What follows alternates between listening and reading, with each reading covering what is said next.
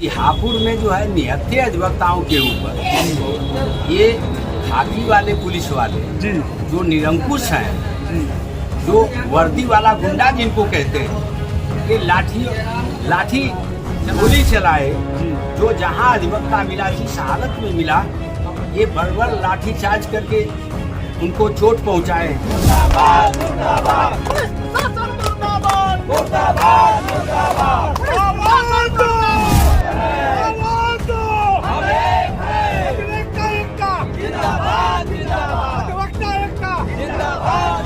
पुतला जो है कि जलाए हैं, इसका क्या उद्देश्य रहेगा, इसका असर लोगों में क्या जाएगा? इसका असर जो है सीधे सीधे माननीय मुख्यमंत्री जी की जो सरकार है, योगी जी की सरकार है, उस पर जाएगा। जिस देश प्रदेश में विद्वान अधिवक्ता वो अभी सुरक्षित नहीं है और उसके उन्हीं के एजेंसी द्वारा प्रताड़ित किया जा रहा है, तो ऐसी स्थिति में सुरक्षा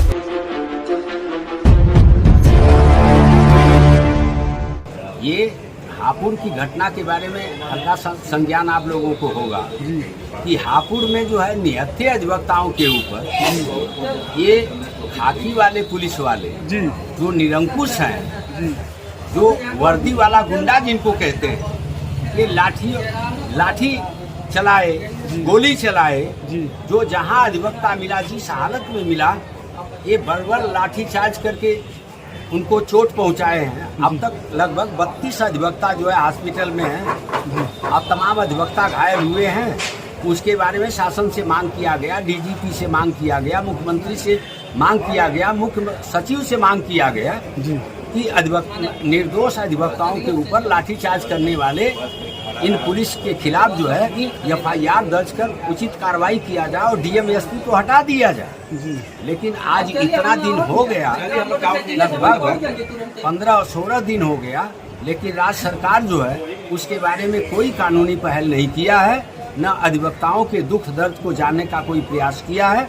उसी के बावजूद जो है bar council of Uttar Pradesh Allahabad से जो हम लोगों को निर्देश मिला, उसी क्रम में हम लोग भी कोर्ट का बहिष्कार करते हुए धरना प्रदर्शन, पुतला फूंकने का कार्यक्रम चल रहा है। ये अभी आगे तक अनवरत चलता रहेगा जब तक हम लोगों को ऊपर से आदेश बार काउंसिल का नहीं आएगा स्थगित के लिए, तब तक हम लोग अपनी लड़ाई जारी रखेंगे। और ये लड़ाई आप जनता अधिवक्ता के हित में है, इसलिए जारी रखा जाना जरूरी है। सर, इसमें दोषी कौन है? इसमें दोषी पुलिस है। अब पुलिस से ज्यादा दोषी योगी की सरकार है। अभी आप लोगों ने सुना होगा कि मेरठ में जो है कांवरिया, जो कट्टाधारी कांवरिया थे, जो कांवर संघ को और कांवर यात्रा को बदनाम करने के लिए कांवरिया के वेश में कट्टा लेके वहां पहुंचे हुए थे। वो वहां 2 समुदाय के लोग रहते थे, जहां घनी आबादी है, बीच से होके जाने का प्रयास कर रहे थे, वहां का माहौल खराब करने की कोशिश कर रहे थे। वहां का जो है पुलिस अधीक्षक बहुत नेक आदमी, बहुत शरीफ आदमी है, और वो जो है तत्काल एक्शन लिया कि माहौल खराब न होने पाए और लाठीचार्ज कराया और शांति व्यवस्था कायम रखने में सफल हुआ।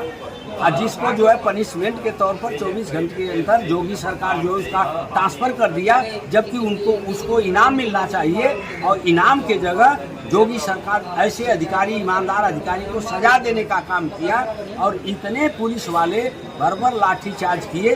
उसके बारे में आज तक 2 शब्द मुख्यमंत्री योगी जी ने अपने तरफ से सांत्वना के तौर पर भी अधिवक्ताओं के लिए नहीं दे पाए हैं। और अगली लड़ाई तब तक चलती रहेगी जब तक जो है कोई इसका निष्कर्ष नहीं निकलता है, जब तक अधिवक्ताओं को न्याय नहीं मिलता है, तब तक बार काउंसिल के आह्वान पर ये हड़ताल चलता रहेगा, अनशन प्रदर्शन, धरना चलता रहेगा।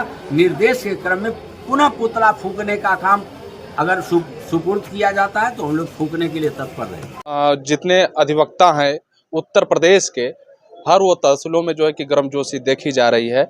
और आज भी एक तस्वीर आपको दिखाई दे रही होगी, जो कि आज यहाँ पर भी पुतला फूंकने का और जो है कि जय घोष नारा लगाने का, और जो है कि उसमें शासन प्रशासन मुर्दाबाद और जो है कि और सत्ता पे भी सवाल कुछ यहाँ से दागा गया है। क्या है पूरा मामला, आइए जो है कि सीनियर अधिवक्ता हमारे साथ आज मौजूद हैं जखनिया तहसील के, वो जानने का प्रयास करते हैं कि आखिर पूरा मामला क्या है और सर इसको किस नज़रिए से देखा जा रहा है। बहुत बहुत स्वागत है सर हमारे चैनल में। धन्यवाद। मेरा नाम सुरेंद्र प्रताप पांडे एडवोकेट और तहसील जखना में प्रैक्टिस करता हूँ। आज सर आप लोग पुतला जो है कि जलाए हैं, इसका क्या उद्देश्य रहेगा, इसका असर लोगों में क्या जाएगा? सर, इसका असर जो है सीधे सीधे माननीय मुख्यमंत्री जी की जो सरकार है, योगी जी की सरकार है, उस पर जाएगा।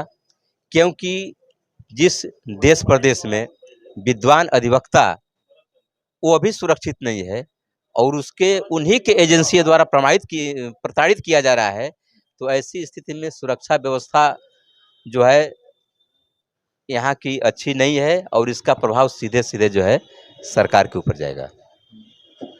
यानी आप सरकार को दोषी मान रहे हैं कि जो आपराधिक गतिविधियां हो रही हैं और उनके खिलाफ एफआईआर तक दर्ज नहीं हो रहा है, तो हम कैसे कह सकते हैं कि कानून व्यवस्था इनकी सही है। लेकिन उत्तर प्रदेश की सरकार तो बार बार ये दावा कर रही है कि लॉ एंड ऑर्डर हमारा जो है कि सबसे बढ़िया चला है, जो है चल रहा है। आज करीब उत्तर प्रदेश बार काउंसिल के आह्वान पर इतने दिनों से हम लोग हड़ताल पर हैं। अगर वो विद्वान अधिवक्ताओं की कदर करती, हम लोग की मांग का कदर करती, तो एफआईआर दर्ज करती, कार्रवाई करती, तो हम समझते कि नहीं, न्याय व्यवस्था सरकार की सही चल रही है। तानाशाही रवैया उनकी है, हम लोग का कोई मान सम्मान नहीं है, हम लोग एकदम असुरक्षित हैं। हमेशा जो है भय की स्थिति में हम लोग रहते हैं कि हम लोग के साथ कौन सी घटना नहीं घट जाए।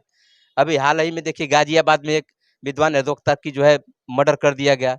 जौनपुर में देखिए बॉर्डर पर, वहाँ पर अधिवक्ता का गर्दन रेत करके हत्या कर दिया गया।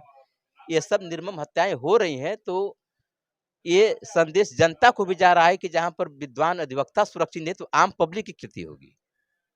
लेकिन यही तो दावा ये कर रही है, जो कि यूपी सरकार भी कह रही है कि जितने गुंडे मवालिया माफिया हैं उनका जो है कि सफाया हो रहा है। जिसकी लाठी उसकी भैंस। हमारी सरकार मैलिस इंटेंशन में भी कुछ कार्रवाई कर रही है, नहीं तो कितने बड़े बड़े आपराधिक गतिविधि वाले अपराधी सुरक्षित हैं और जो मैलिस इंटेंशन में जिसको टारगेट कर रही है वो आज या तो जेल के भीतर है या उनका एनकाउंटर हो जा रहा है। यही यहाँ की बहुत कानून बहुत बड़ी व्यवस्था है। बात कर रहे हैं सर आप।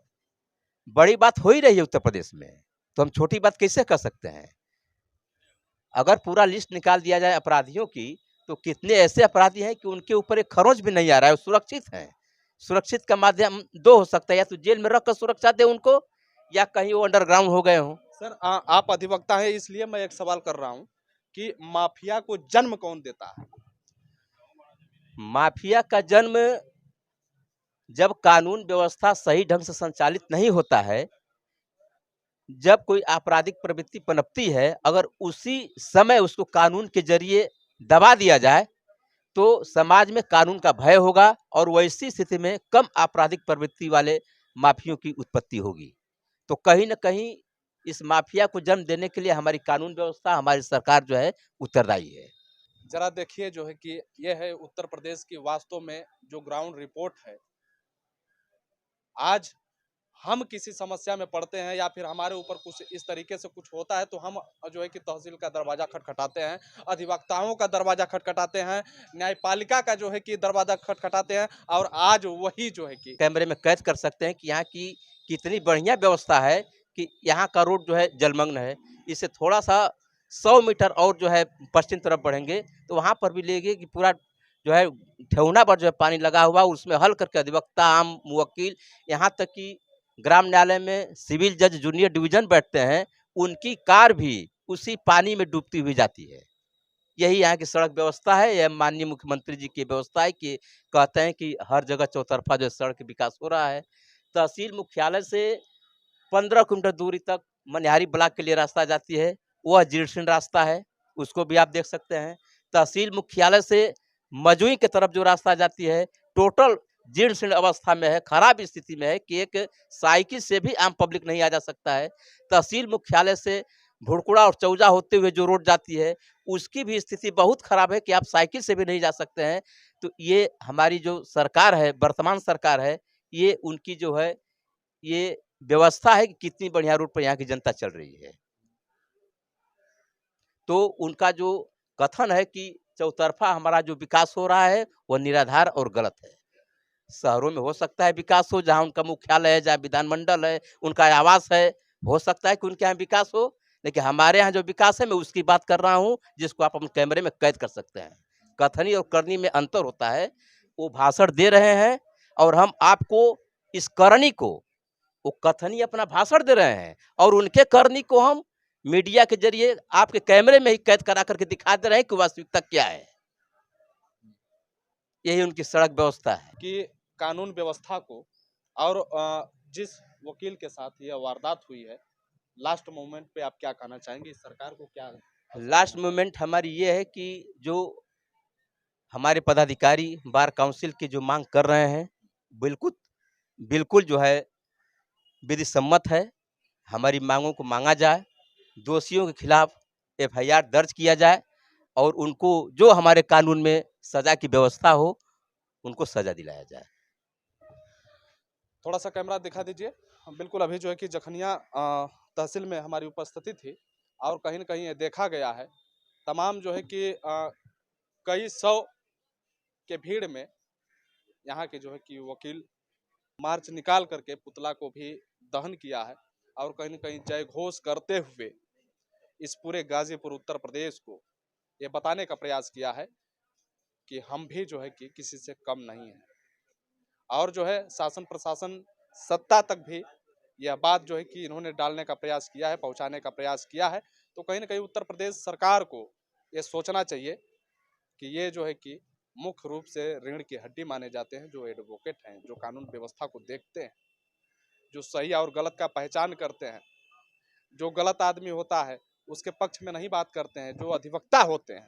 लेकिन अधिवक्ता भी कहीं ना कहीं आप सारी चीजें आप जानते हैं, जो वास्तव में अधिवक्ता है, जो अपने ड्यूटी को मानता है, जो अपने फर्ज को मानता है, जो बिल्कुल पढ़ के आया है, वो जो है कि सही और सच्चाई का साथ देता है। नहीं तो तमाम ऐसे अधिवक्ताएं हैं, लेकिन उस पर मैं नहीं जाना चाहता। लेकिन आज जो है कि जो हापुड़ में ये देखा गया कहीं ना कहीं जो है कि बहुत गलत हुआ है और उत्तर प्रदेश सरकार से हम भी कहना चाहेंगे कि आगे आकर के उस कानून व्यवस्था को या उस जो एक एक तरीके से जो समाज में कहीं ना कहीं गंभीर रूप से वो चोट देने वाली जो घटनाएं हुई हैं उसको आगे आकर के जो